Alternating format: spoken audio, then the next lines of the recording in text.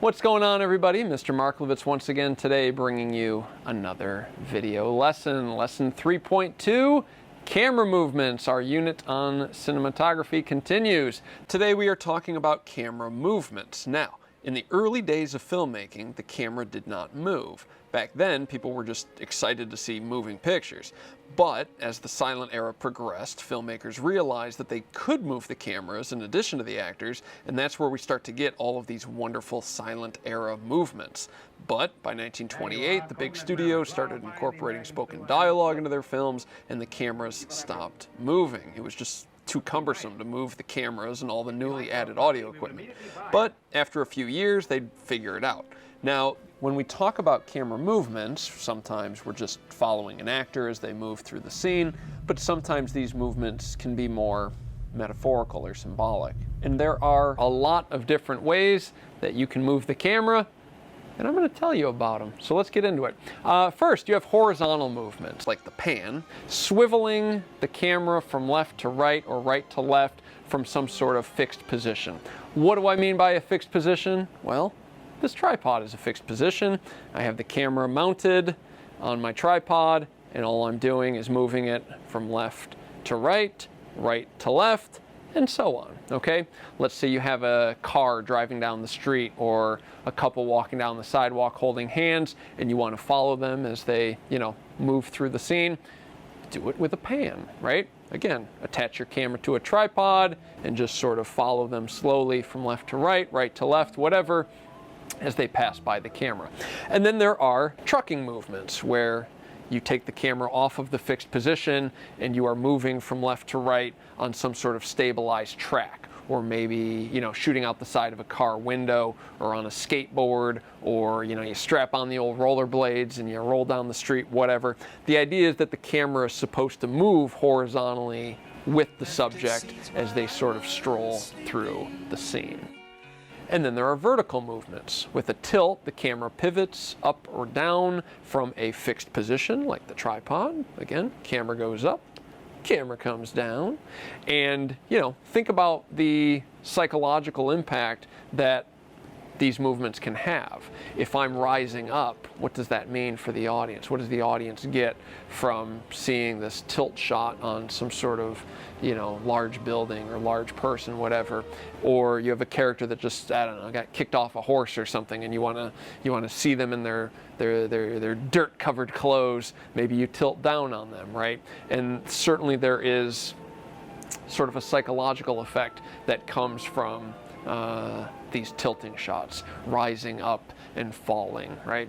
And that sort of ties into the next vertical movement, the crane shot, where again, you're moving up and down. It's a lateral movement, but instead of being on a fixed position like a tripod, you connect the camera to some sort of jib or some sort of crane, and you're literally moving the camera up and down throughout the scene. And just like with the tilt shot, there is this sense of awe that comes from, craning up on a subject, where the audience just goes, oh, wow, look at that.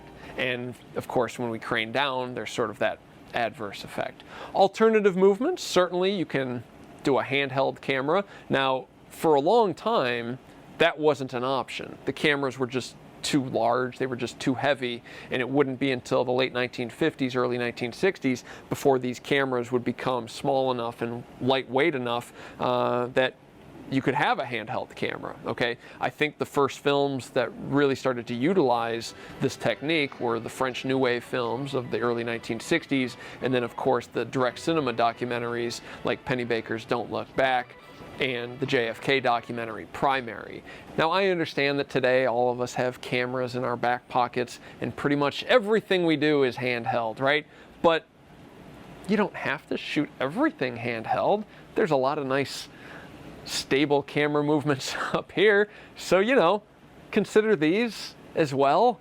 And then there is, of course, the Steadicam. Now, the Steadicam is a stabilizing apparatus that a camera operator can wear in order to stabilize the camera, and it allows the camera operator to pretty much travel anywhere, right? With a tripod or with, some sort of dolly shot, you're limited to the geography of the scene. Try to go down steps on a dolly. It's kind of hard, all right? But with a Steadicam, that's possible, all right? Now, the Steadicam was invented in the mid-1970s, and I believe the first feature film to use a Steadicam was Rocky. But since then, I mean, you see them in everything, right? And then there are dolly shots. Now, I'm going to do this handheld, but typically you would use a dolly, where the camera is pushing in or pulling away from the subject. Now, just like with a tilt and just like with a crane, there is a psychological implication that comes by dollying in or dollying out. Let's say you have a character who, reaches some sort of epiphany moment, then you might want to dolly in on their face so that we as an audience go, oh, they get it. Oh, okay, cool. Now we can move on. Or let's say the camera is dollying back on a character who's, standing in the middle of the street. That pull back sort of gives the audience this sense of abandonment, this sense of longing, whatever it might be. And then you can also roll the camera, where you would take the camera off of the tripod. And you wouldn't want to do this with your iPhone because your iPhone might freak out on you. But you have the camera like this, and you're just literally rolling it from left to right. Now, this is a pretty uncommon camera movement. One, it disorients the audience, and the last thing that you want is to have your paying audience in the theater start to get physically sick from watching your film. But nevertheless, they do exist. Just use them kind of sparingly, okay? Use them when it calls for it, but if you can avoid them, do it. All right. And then there are subjective point of views. Now, the subjective point of view isn't necessarily a movement, it's more of an effect, okay? So let's consider the opening scene from John Carpenter's Halloween. With this particular subjective point of view, we as an audience understand that we are looking through the eyes of a character as they're moving through this house, creating these heinous crimes, and all of it is done either handheld or with a Steadicam. And then at the end, the hand comes forward and rips off the mask, and we realize it was a child the whole time. Anyway, I guess I just ruined the first scene of Halloween for you guys, but you should have seen it by now, okay? Your lab assignment for this week, you are going to record video examples of a pan, a tilt, a truck, a crane, a dolly in, and a dolly out. We'll do this lab in class. I'll get the tripods out, I'll get the dollies out, I'll even get the jib out so you can have some fun with that. And again, none of your shots need to be part of any larger story. They don't need to relate to anything in particular. I just want to see that you understand what these movements are and you know how to do them effectively, all right?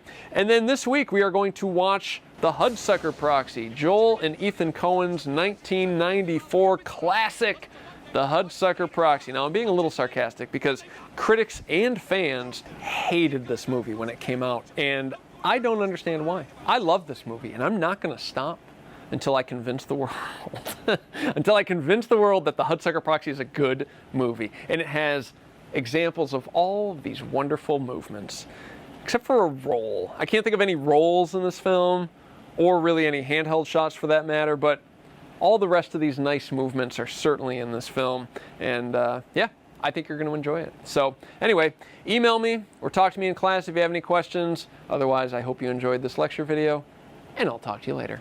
Bye.